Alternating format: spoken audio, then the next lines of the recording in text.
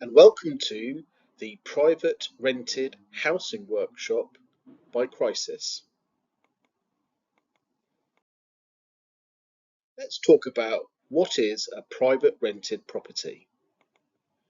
The private rented sector, or PRS, is a classification of housing in the UK. It is a type of property owned by a landlord or company and rented to a tenant. A tenant is the person renting the property from the landlord.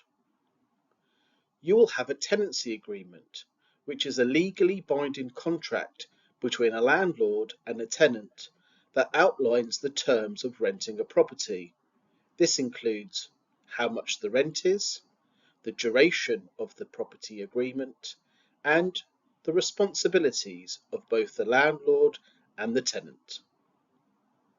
The tenant would normally have direct contact with the individual landlord or letting agent or management company. They may be taking care of the property on behalf of the landlord. You can usually report any repairs or concerns to either the landlord or letting agent directly. You will need to pay rent to the landlord or letting agent to live in the property.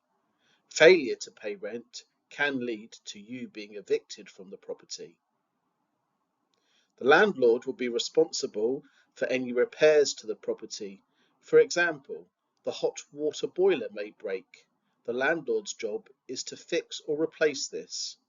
You, however, will be responsible for the general cleaning of the property. For example, cleaning the shower, oven, or fridge.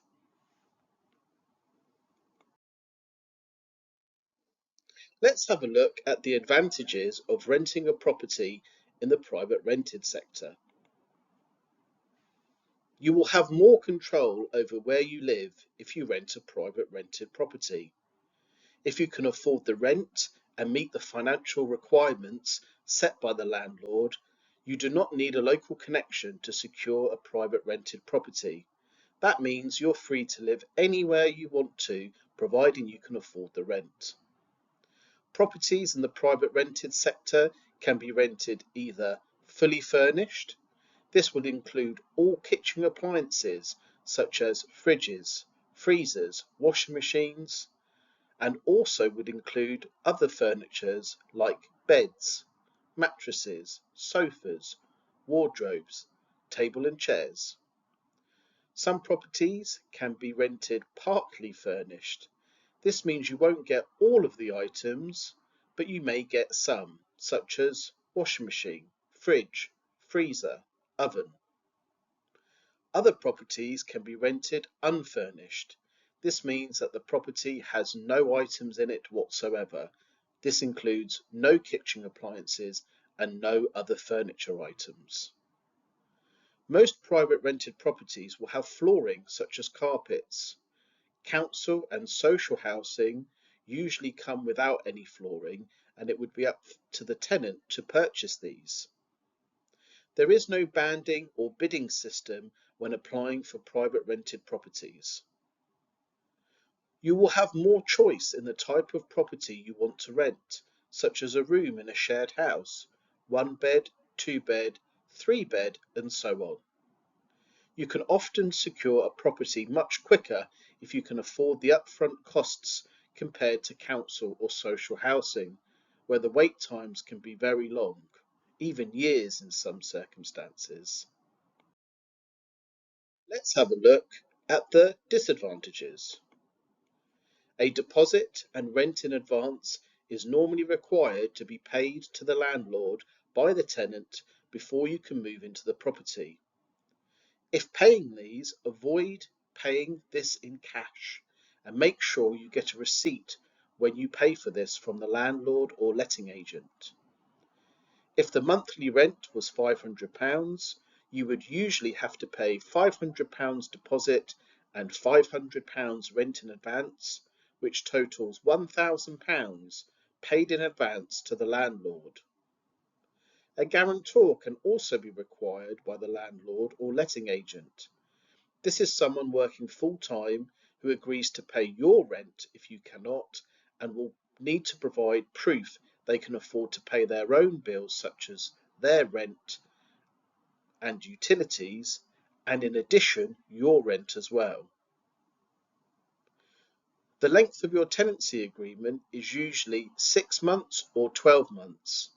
From the 1st of May 2026, you will be able to give 2 months' notice to leave a property. It can be very challenging to find an affordable private rented property.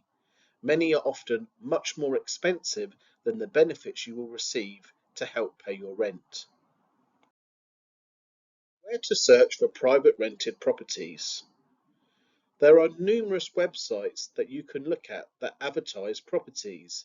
These include Zoopla, Spare Room, Rightmove, Gumtree, and Open Rent.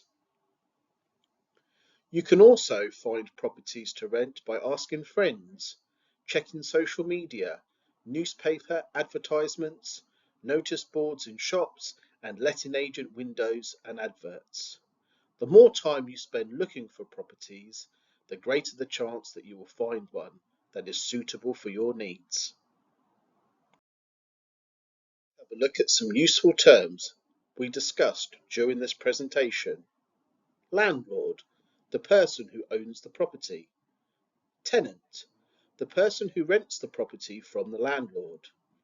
Tenancy agreement, the legal binding contract between the landlord and the tenant.